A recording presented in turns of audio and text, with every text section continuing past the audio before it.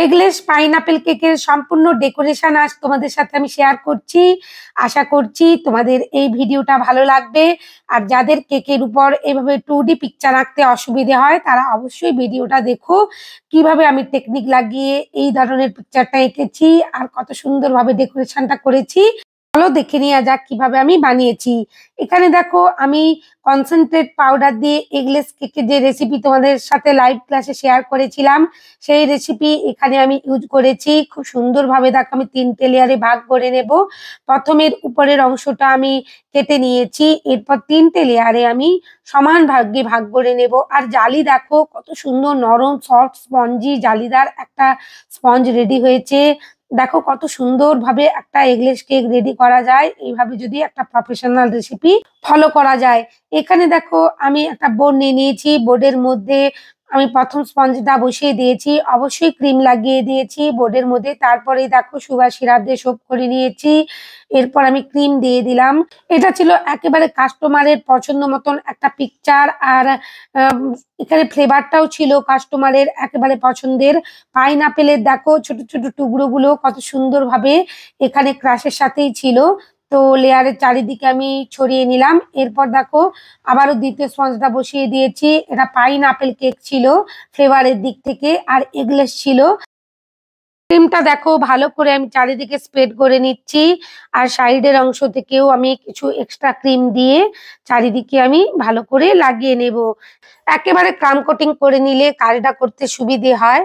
দেখো একটু একটু করে আমি ক্রিম নিচ্ছি আর খুব ভালো করে ক্রাম কোটিং করে নিয়ে একেবারে আমি কেকটা ফিনিশ করতে থাকবো। খুব ভালো করে দেখো আমি চারিদিক থেকে ক্রিমটা লাগিয়ে নিয়েছি। আবারও দ্বিতীয় লেয়ারে আমি এখানে পাইনাপেল ক্রাশ দিয়ে দিয়েছি, চারিদিকে আমি স্প্রেড করে নিলাম একটা প্যালেট নাইফের সাহায্যে। খুব ভালো করে দেখো চারিদিকে ছড়িয়ে নিয়েছি। এরপর আমি তৃতীয় স্পঞ্জটা বসিয়ে দিয়েছি, একই রকম ভাবে সুগার সিরাপ দিয়ে সোপ করে নিলাম আর একটু বেশি করে ক্রিম দিয়েছি যাতে আমার এখানে খুব ভালো করে ক্রাম কোটিং করা যায়। অবশ্যই কিন্তু ফ্রিজের মধ্যে আমি 30 মিনিটের জন্য রেখে দেব। অবশ্যই কিন্তু ক্রাম কোটিং করে ফ্রিজের মধ্যে রাখতে হবে, যেটা আমি প্রত্যেকটা ভিডিও বলে থাকি। নাহলে কিন্তু কম ক্রিমে আর খুব কম সময়ে ফিনিশিং আনা যাবে না। আমি ফ্রিজের মধ্যে রেখে দিয়েছিলাম। এরপর দেখো খুব অল্প অল্প করে ক্রিম দিচ্ছি আর খুব ভালো করে প্যালেট নাইফ দিয়ে চারিদিকে ক্রিমটা আমি সামনে আর পেছনে করে করে লাগিয়ে নিচ্ছি। তোমাদের যাদের এই ধরনের কেকগুলো ফিনিশিং আনতে গিয়ে অসুবিধে হয় তোমরা অবশ্যই কিন্তু ভিডিওর এই অংশটা দেখে পারফেক্ট ভাবে বাড়িতে একটা কেকের ফিনিশিং আনতে পারবে।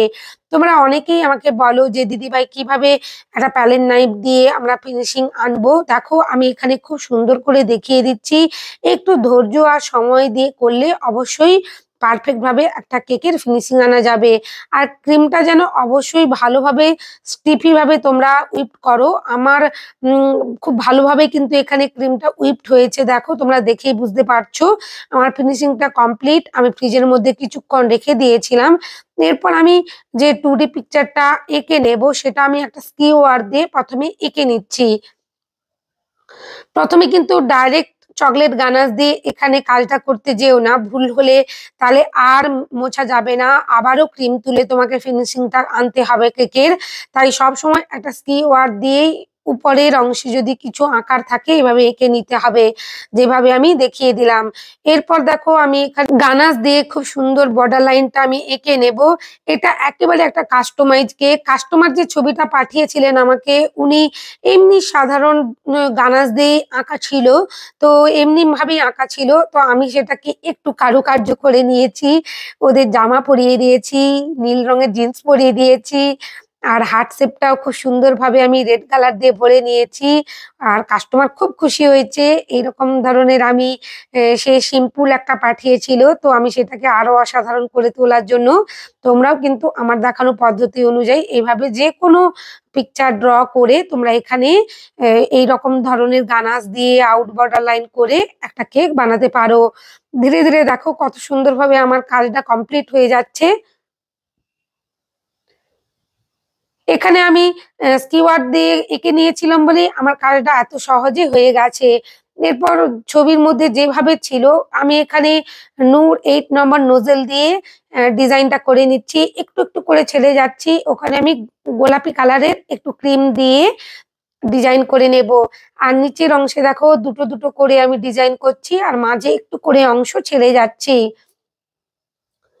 আমি একই নোজেল দিয়ে দেখো গোলাপি কালারের ক্রিম দিয়ে এখানে কাজটা করে নিচ্ছি। হোয়াইটের সাথে পিঙ্ক কালারটা খুব সুন্দর লাগছে। এরপর ধীরে ধীরে নিচের অংশেও আমি একই রকম ভাবে বর্ডারটা করে নিচ্ছি। এইভাবে ডিজাইন গুলো দেখতে ভালো লাগে। এরপর সাইডের অংশ থেকেও এরকম ডিজাইন ছিল, উনি যে কেকের ছবিটা আমাকে দিয়েছিলেন এই শেষ মতন। এখানে যে নোজেলটা আমি ইউজ করেছি এই নোজেলটা নূর 2 নম্বর। তোমরা নূর 1 নিতে পারো, কোনো অসুবিধে নেই, বা পাইপিং ব্যাগে একেবারে ছোট্ট করে একটা হোল করে নিয়ে তোমরা এই ডিজাইনটা আনতে পারো। তবে নোজেল ইউজ করলে খুব ভালো একটা পারফেক্ট ডিজাইন আসে। যাদের কাছে নোজেল নেই, নূর 2 নম্বর নোজেল, তারা পাইপিং ব্যাগ ছোট্ট হোল করে করতে পারো। এরপর ধীরে ধীরে দেখো আমি খুব সুন্দর করে জামায় একটা ডিজাইন করে নিচ্ছি। জামার ভেতরে পিঙ্ক কালারের, এখানে যে গালটা আছে গালের আমি পিঙ্ক কালারের ড্রেস করেছি, আর এখানে বয়ের রেড আর ব্লু কালারের ড্রেস করেছি।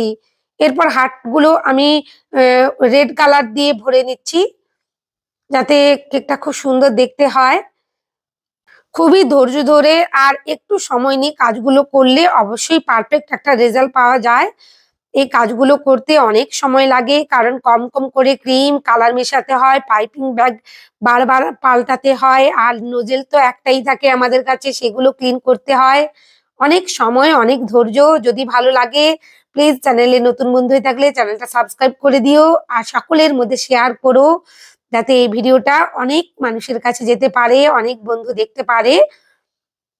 এভাবে দেখো গোল্ডেন কালারের আমি স্প্রিঙ্কেল দিয়ে দিলাম, যেভাবে ছিল ছবিতে সেভাবেই চারিদিক থেকে আমি কয়েকটা স্প্রিঙ্কেল ছড়িয়ে নিলাম যাতে আরো দেখতে ভালো হয়। এইরকম কেকের যদি অর্ডার আসে তোমাদের কাছে, খুব সহজেই তোমরা বানাতে পারবে। আমি সমস্ত টেকনিক তোমাদের সাথে শেয়ার করেছি। ভালো লাগলে অবশ্যই সাবস্ক্রাইব করো। সবাই খুব ভালো থেকো। ধন্যবাদ তোমাদের।